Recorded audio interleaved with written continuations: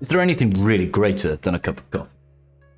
Well, perhaps one thing. Getting max rewards on Galactic challenges. New ones. Let's go.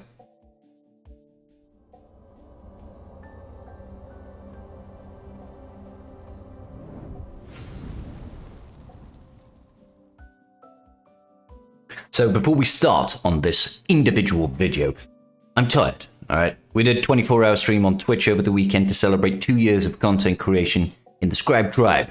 Go check it out on Twitch, please. Links in the description down below. Alright, so we're on Takodana and we're against bounty hunters, ladies and gentlemen. We have got bonuses for our Scoundrel allies, giving them extra speed, extra max health, and immunity. To buff immunity, it's almost like a double negative, you might say. As far as feats, we've got to complete with a group of scoundrels. That's pretty standard. We have to attack out a turn 20 or more times, and we have to inflict a metric ton of debuffs, not debuffs, damage over times. Now, I'm going to split this into 2 teams. There's a bit of flexibility about what we can do because scoundrel allies are quite numerous. All of the bounty hunters, for example, are scoundrels. But you also have some ringers in there, like Beskar Mando, Kitty Cat, you know, good stuff like that. So because I don't normally use GLs in this particular video series, I'm not going to be using Cat because I appreciate not everybody's got Cat. I will, however, use Beskar Mando, and we're going to go with Chewie and not Young Han. Yes, he is R7. And we're going to throw in Queel and IG-11. Sort of a standard Beskar Mando team.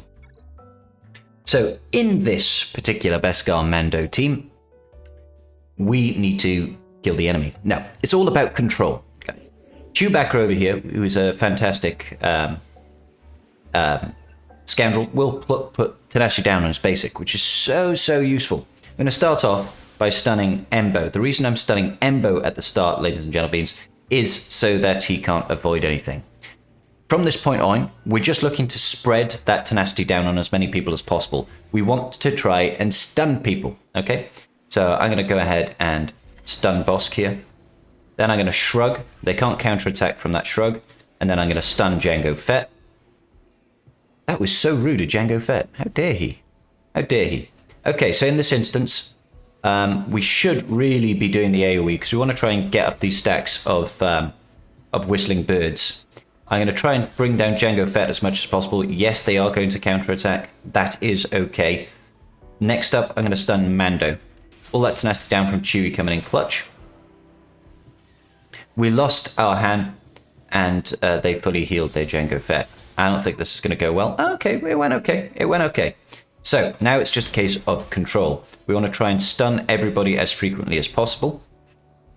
Attack those enemies which have been stunned.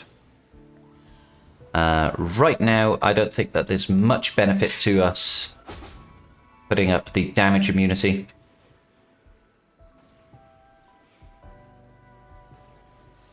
Just taking a look here. This was a terrible idea. Okay, great. I'm going to do this. I know we're all fully healed, but I want the foresight. And now I'm going to try and stun Grief. Lovely. Now I will put the damage immunity, and I'm going to go ahead and put it on IG-11.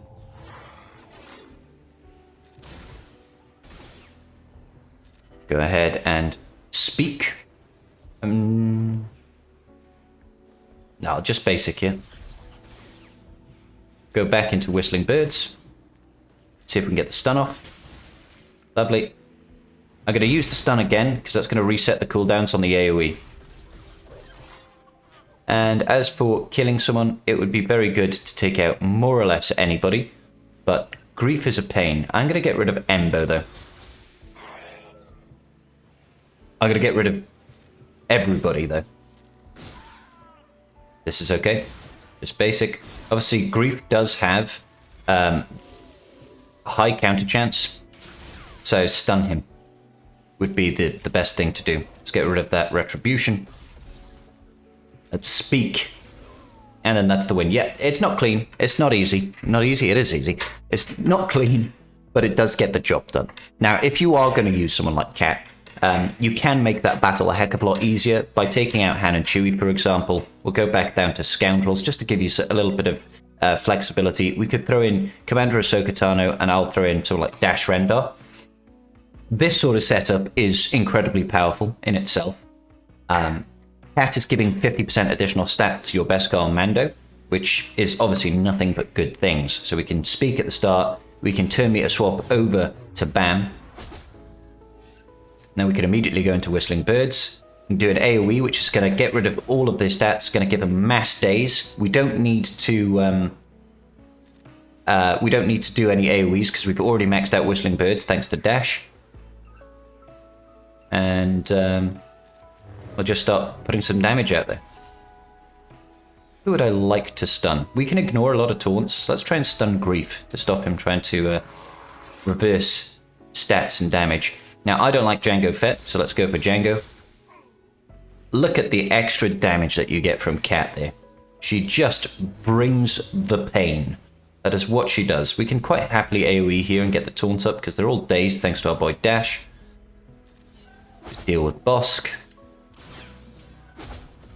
Oh, it's just lovely.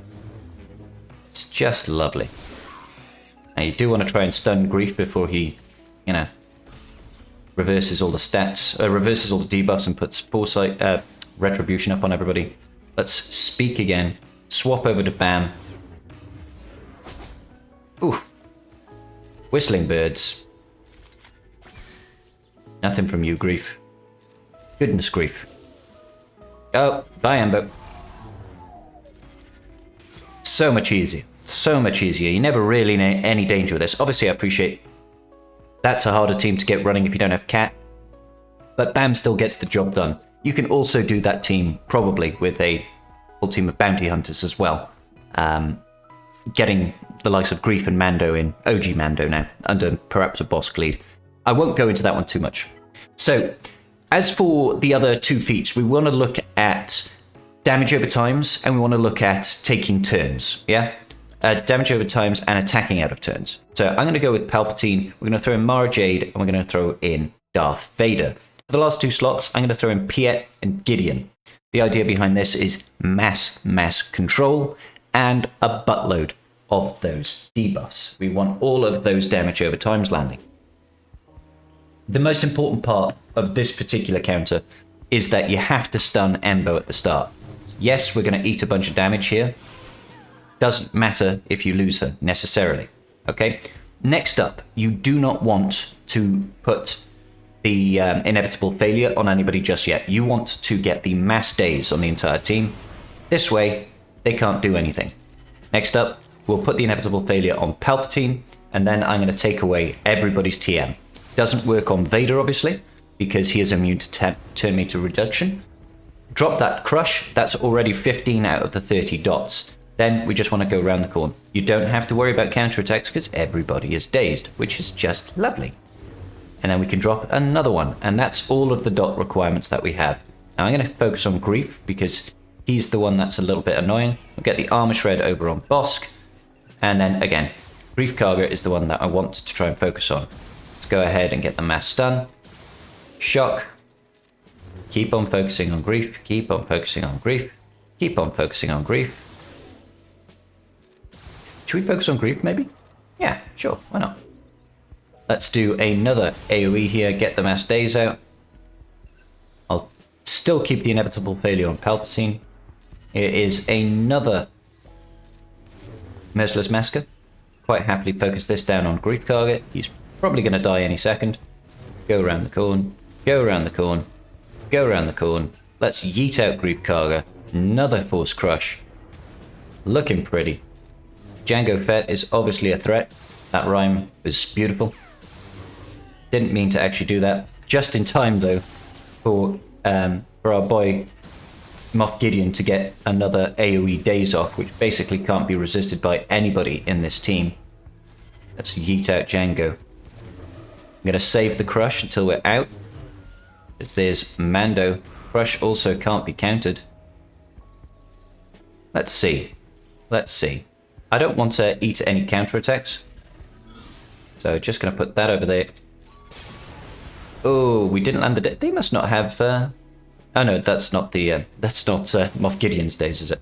I was thinking for a minute that they must not have had the the leadership ability leveled up. But obviously, it's not Moff Gideon's days. Yeah, let's stop them from taking a turn and get a mass assist. That will easily get you all the attacks out of turn. It'll also easily get you the dots. And sometimes, when you use that first move out of Mara Jade, not everybody counterattacks when she survives, and it becomes even easier. But that will definitely get you dots and attacks out of turns. So, that will do it for this video. I hope it was useful to you. Don't click off this video or close it until you hit like, guys. Like the button and subscribe to me. It helps me out and makes me feel like I'm making a change, making a difference to the SWGoH community. Good or bad, who knows. Links in the description. Come follow me on Twitch as well. We did a 24-hour stream this weekend. It was awesome fun. And you guys can join in the action live from the Scribe Tribe on Twitch. All right. Till the next video. Peace. Just giving a quick shout out to my patrons. I appreciate each and every single one of you. And without your support, I wouldn't be doing this today. Thanks so much.